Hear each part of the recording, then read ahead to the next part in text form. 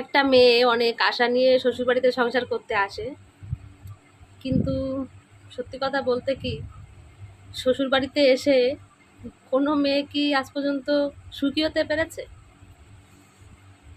হাজার হয়তো একটা। তাছাড়া সবার মনে কিছু না কিছু যন্ত্রণা কষ্ট আছেই।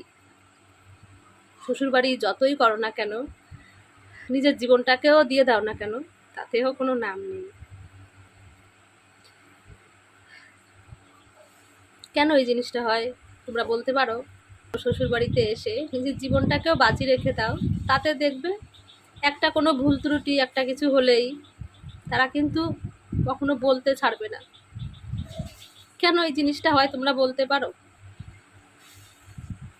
আমার স্বামীর আজকে যে কঠিন রোগটা হয়েছে, নিজের জীবনটা পর্যন্ত আমি দিয়ে দিয়েছি। আমার জীবনে কিচ্ছু নেই, না আছে কোনো সুখ, না আছে কোনো আনন্দ, না আছে কোনো সাজ পোশাক, কিচ্ছু কিন্তু নেই আমার জীবনে। তবুও দেখো, একটু ভুল হলেই বলতে ছাড়ে না, ঠিক মতন তারা সেই বিচারটুক করে ফেলে। এটাই হলো শ্বশুর বাড়ি। আসলে মেয়েদের কোনো বাড়ি হয় না। বিয়ের আগে বাবার বাড়ি, আর বিয়ের পরে শ্বশুর বাড়ি। মেয়েদের যদি হয়তো নিজস্ব কোনো বাড়ি থাকতো, সেখানে তারা একটু জোর খাটাতে পারতো, কিন্তু তাদের তো কোনো বাড়ি নেই, সেজন্য তারা কখনো কোথাও জোর খাটাতে পারে না। এটাই হলো মেয়ে। অনেক পাপের ফলে মেয়ে জন্ম পেতে হয়। তো মেয়েরা সত্যি অনেক দুর্ভাগ্য, তাদের কোনো বাড়িঘর কিছুই হয় না।